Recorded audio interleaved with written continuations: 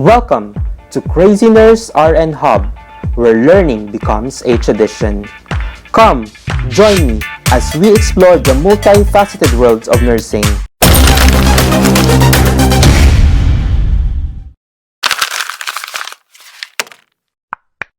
Hi there, student nurses. My name is Criselmer Ducanes, clinical instructor teaching critical care nursing.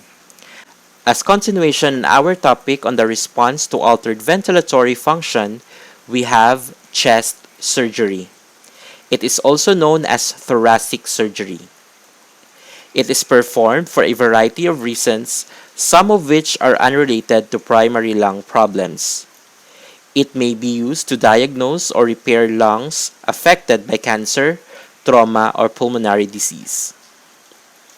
So here are the types of chest surgery. So we have your lobectomy. It is the removal of one lobe of the lung. We also have your pneumonectomy. It is the removal of the entire lung. Also, we have your segmental resection. It is the removal of one or more lung segments. Wedge resection. It is the removal of small localized lesion that occupies only part of a segment. We also have your decortication. It is the removal or stripping of thick fibrous membrane from visceral pleura. We also have your exploratory thoracotomy. It is an incision into the thorax to look for injured or bleeding tissues. Also, we have your thoracotomy not involving lungs. It is an incision into the thorax for surgery on other organs. We also have your video-assisted thoracic surgery or VATS, and also lung volume reduction surgery or your LVRS. Along with this presentation, we also have the indications for each type of chest surgery. Next, we have your chest tube. So what is the purpose of chest tubes? A tube inserted into the pleural space of the lungs to remove air or fluid and to help the lung re-expand.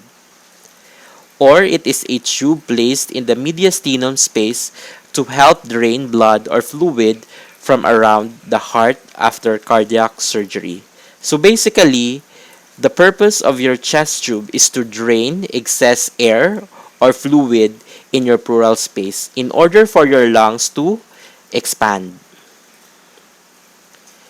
We also have your mediastinal chest tube.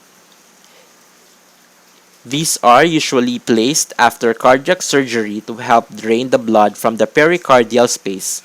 It is placed under the sternum, which prevents fluid from compressing the heart, which can lead to cardiac tamponade. So what is a pleural space? It is a small space that surrounds the lungs that contains a small amount of serous fluid. This small space is surrounded by the parietal and visceral pleurae. These two layers glide over each other, which creates a negative pressure. Therefore, if air or extra fluid enters into the pleural space, the lungs are severely affected and can collapse. So here are the reasons for a chest tube. First, it is indicated for cardiovascular surgery.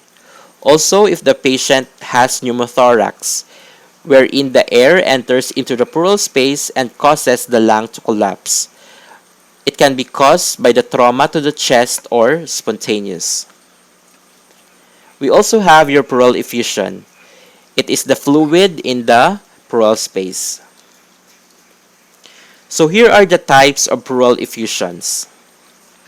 When we say hemothorax, the blood enters into the pleural space and causes lung to collapse. Trauma to the chest, disease, TB, and blood clotting issues. We also have your empyema.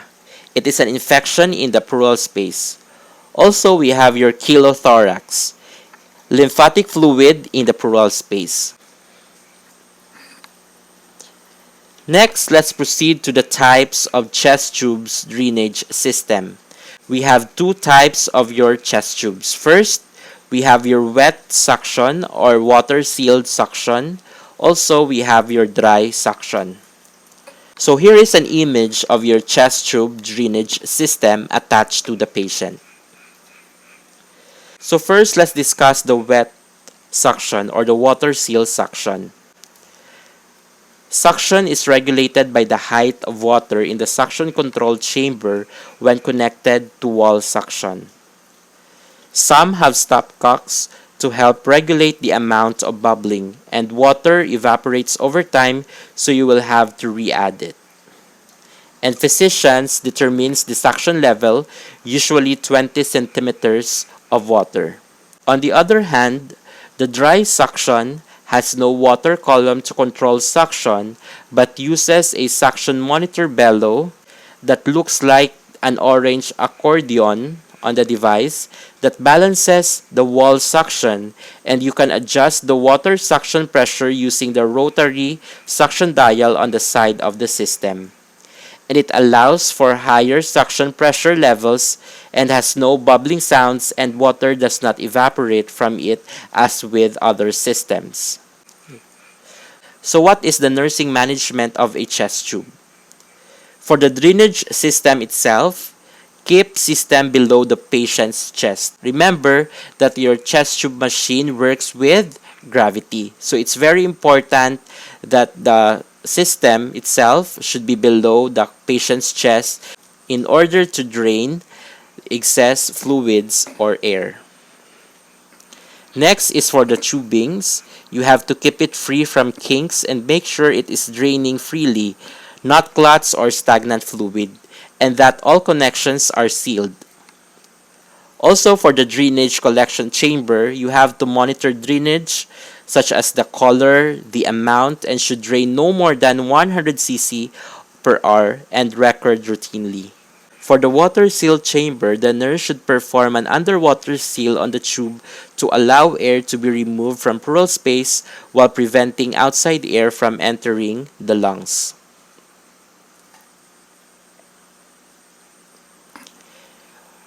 Water in the water seal chamber fluctuates as the patient breathes in and out. If the patient is breathing on their own, the water will increase during inspiration and decrease during expiration. There may be intermittent bubbling, which is expected as air is drained from the pleural space, especially for the treatment of a pneumothorax wherein the air leaks between the lung and the chest wall. So what if it doesn't fluctuate at all? The lung could have re-expanded or there is a kink somewhere. For excessive bubbling, it means that there is an air leak somewhere.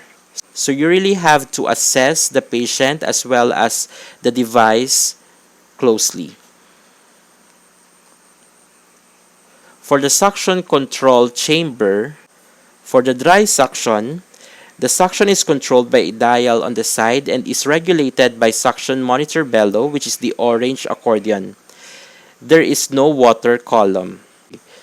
For the wet suction, remember to watch the amount of water because it evaporates over time and it should gently bubble due to the suction working. Also, you have to assess your patient.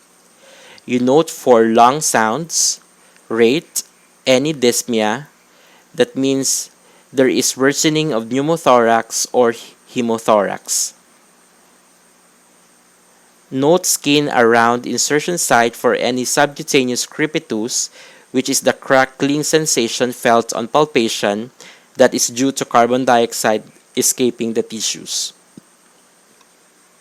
Keep patient moving by turning frequently, coughing, and deep breathing. It helps move fluid and improve lung function. So what are the mishaps with a chest tube and what to do? What to do if chest tube becomes dislodged? You have to cover the site with a Vaseline gauze, sterile dressing, and tape on 3 sides. This allows air to escape and prevent tension pneumothorax, and of course you have to notify the physician immediately. How about system breaks? You have to insert the tube 1 inch into a bottle of sterile water or sterile normal saline solution and obtain a new system. How about milking or stripping tubing? It is not recommended anymore because it creates too much negative pressure, so always follow hospital policies.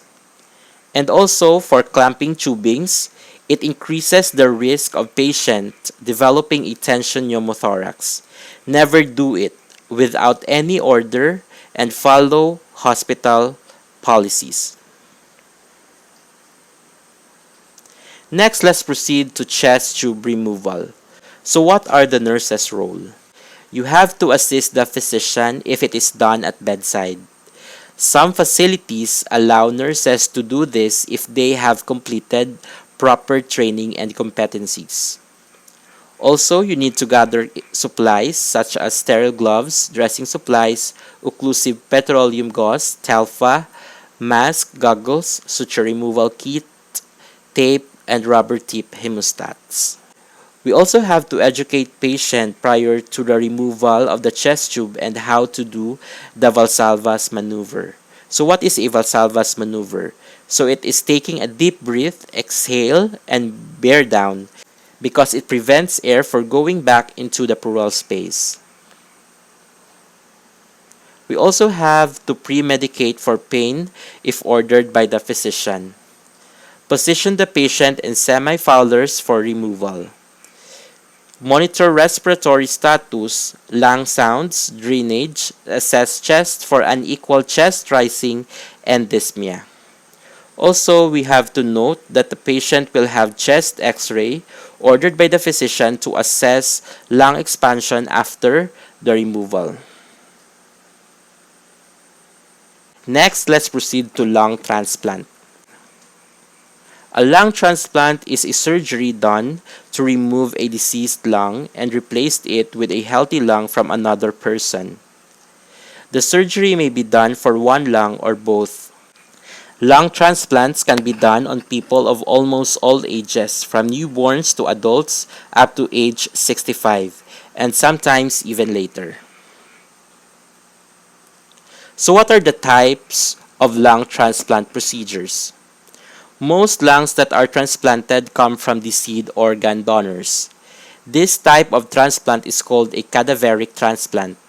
Healthy, non-smoking adults who are a good match may be able to donate part of one of their lungs. The part of the lung is called a lobe. This type of transplant is called a living transplant because people who donate a lung lobe can live healthy lives with the remaining lungs. So we have here different types of your lung transplant. First, we have your single lung.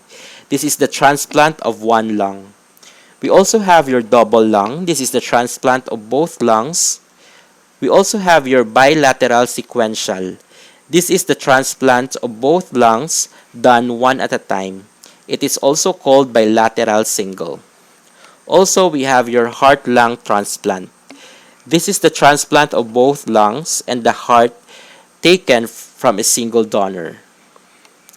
So what are the reasons for lung transplant?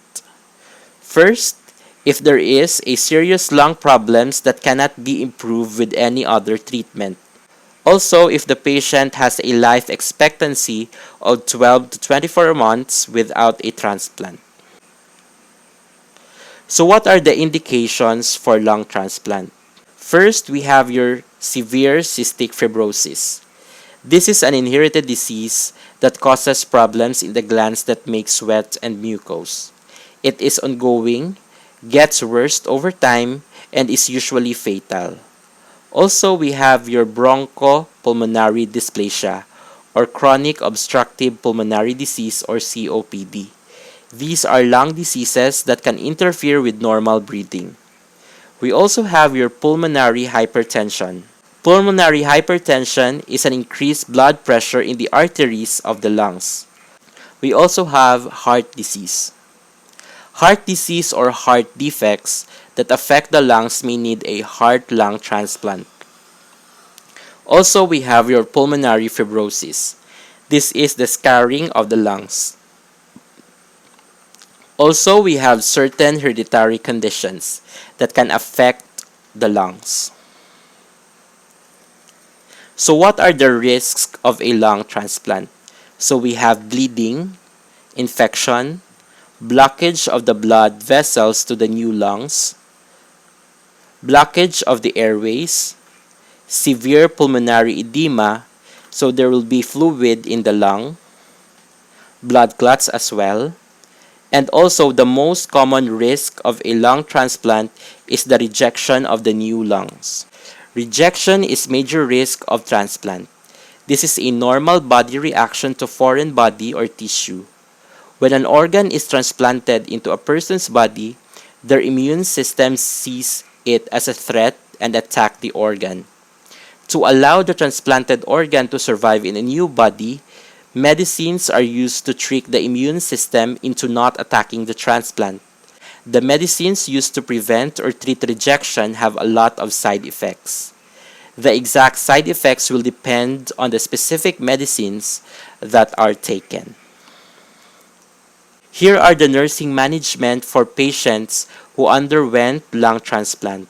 First is taking immunosuppressant. The patient needs to take immunosuppressant medications for life to suppress the immune system and to prevent rejection of the donor lung or lungs. Also, managing medications, therapies, and lifelong care plan. The doctor may give the patient instructions to follow after the transplant. It is important to take all the medications as the doctor instructs. Check the lung function as directed by the doctor and attend follow-up appointments and follow a lifelong care plan. It is a good idea to set up a daily routine for taking the medications so that the patient won't forget. Keep a list of all the medications with the patient at all times in case the patient needs emergency medical attention. And tell the doctors what the patient takes each time they were prescribed a new medicine. Next is living a healthy lifestyle. Living a healthy lifestyle is the key to sustaining the new lung.